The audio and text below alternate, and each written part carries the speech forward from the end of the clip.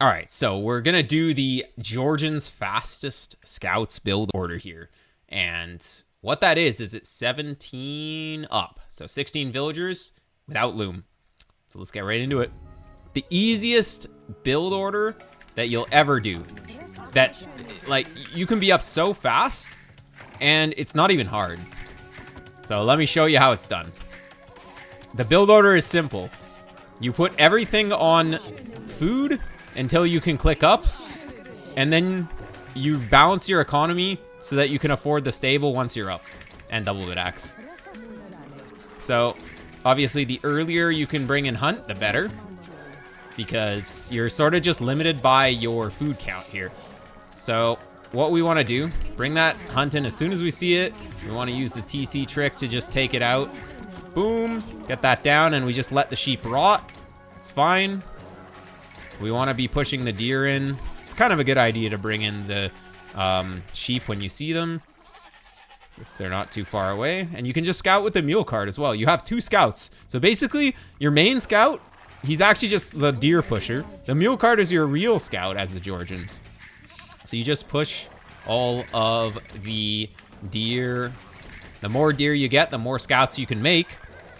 And it's sort of fine to just, you can say, give up scouting to push deer, because, I mean, you're not really giving up scouting because you have mule cart scout. So you're still getting really good scouting. And you could scout where the opponent is with the mule cart as well. The thing is tanky. It can tank a few TC arrows. It's not a big deal. I mean, as long as it doesn't get trapped or something by enemy vills. So, I mean, it is a liability, you can say. But, you know, I could like send it down here, and that would give me a really good idea of where the opponent is. Because, I mean, if you know where the opponent isn't, then that also means you know where he is, pretty much. So, yeah, here we go. Like, there's a lion over there, so he's not on the right side. We know that. We know that he's going to be over here somewhere. The question is he mid or is he, like, west? Those are the 2 things. So, yeah, you just make sure to bring in all of your hunt at the right time, ideally.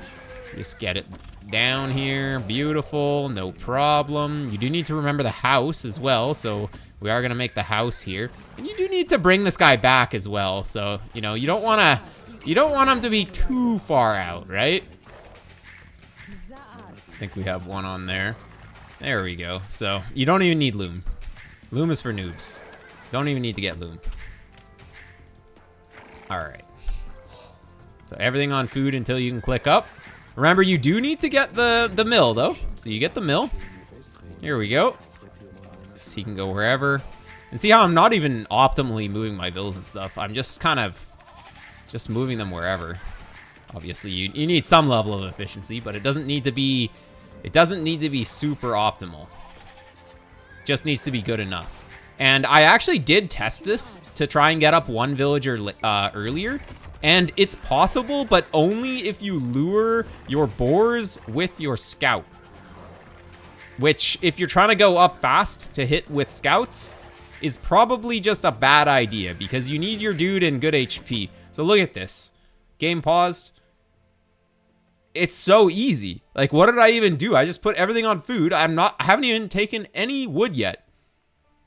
Now, what you need to know is you need to know how to rebalance your economy on up. So each villager, I say this in all my videos, each villager on the way up collects 50 wood each, roughly. Obviously, it's a little less because inefficiencies and stuff, but you can say around 50 wood. You know, if you have 10 on wood, maybe you say, okay, 9 times 50, maybe 450. And how much wood do you need once you're up? You need 175 for the barracks, 175 for the stable. You're going to need another house. You're going to need double bit axe. That's 425 wood. So, 9 vills, if I could have them all working right now, which I can't. So, let's have 10 vills on wood. And if you think about it later also, this is really important. So, once we're up and once we have all of that wood, do I need any more wood? Yeah, I need farms, but first, priority is going to be collecting food to make scouts.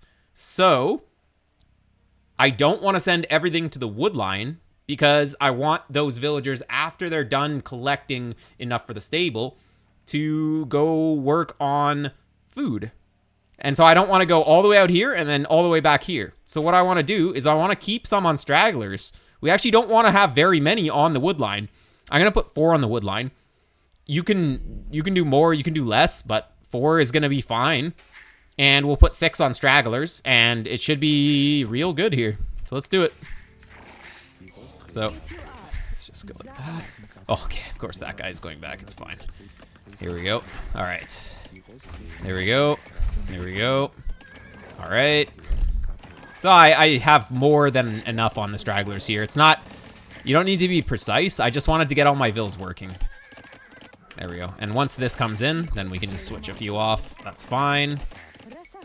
There we go. There. That's 10. We do want to have more on the berries. Actually, I should have made the mill 1 tile away. It would have been better. Oh, I accidentally had that guy go up there. That's kind of bad. Anyways, during this time, you'd be scouting, trying to find the opponent, all that good stuff. And yeah, we can get our thing here. This is a good TC spot, so I don't really like walling this off right now, but I'm going to do it anyways. It's whatever.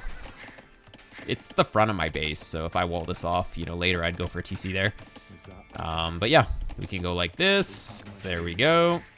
The better your efficiency, the more scouts you can afford, pretty much. That's pretty much how it goes. So you see, it looks like I already have enough to get my stable going. That's the important thing. And yeah, so we'll go stable. We need to have the house as well. So actually, I will send 1 more here. I want to have double bit axe too, but it's not really the priority. Okay, where am I scouting? I'm scouting the corner, whatever. It's not a big deal. Obviously, you would need to have good scouting in an actual game. Okay, these can be shift queued back to here, so I don't have to think about them. And let's queue scouts as soon as the scout machine is up. And here we can force drop this. Oh, not even close to having double bit. Okay. Opponent is rushing my TC. Very good, very good. Okay, it's no problem. Nice. Extreme AI is not very extreme. Honestly, they drush me every game, and it fails every game. Like, all you need to do is just here. That's not a good wall. Okay, I don't know. It's not even walled. Like, what is it doing?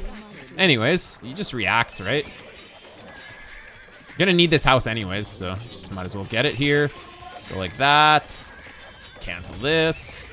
You're just making scouts. You're making scouts as soon as you have 60 wood, adding a farm. It's as simple as it gets. Obviously, the hard part comes in microing your units. So ideally, I'd have my units kind of going forward. But yeah, against militia, you generally want to be harassing the opponent and then making... Oh, what? I thought I had my rally out here. Okay, whatever. Well, say that I had this guy forward. You'd want to be bringing him forward. So if you're worried about militia, you probably want to add in a range. So it can be good. Right now, I have enough stragglers here. I'll be okay. But you definitely want to be adding a second range. If you have another wood line, it's really good to go for as well. So yeah, in this situation, we need a bit more wood. We can just piggyback on this one. And put the range there. Why not? There we go. I wanted her to go there. There we go. You know, using your units, adding farms. Remember, like, I basically added the range, and then I add more farms. This is the kind of micro that you want to do. I call it slap micro because you just get on top of them, and then you just give them a little slap once you're on top of them like that, and then you just kind of kill them instantly because you're sort of in between. So watch, I'll do it again. Slap, slap, slap. And I messed up a little bit. But anyways, we have regenning scouts, so do we care? Not really. My guys are going to be fresh pretty soon. All right, I messed up. I didn't make my house. But anyways, that's basically the build. You can follow it up with archers. You can follow it up with skirms. Like, scouts and skirms is always good. You can follow it up with just more scouts. Like, that also works. But yeah, there we go. Like, she's running there. You just get the slap, shift Q away. So slap, you want to be shift queuing. Look, no hands. My guys move automatically. You always want to get that shift queue down because then what you can do is you can just use your attention elsewhere. Like, look, we go slap, slap. Ah, no, not that one. That one's a little too far away. All right, That's gonna be an auto kill. All right. We do some macro stuff. We look back. She's dead. Beautiful. I didn't even have to look. All I had to do, you control click the villager to get them to target specifically the unit that you click on, and then you shift Q away. Easy peasy. So just go like boom, boom.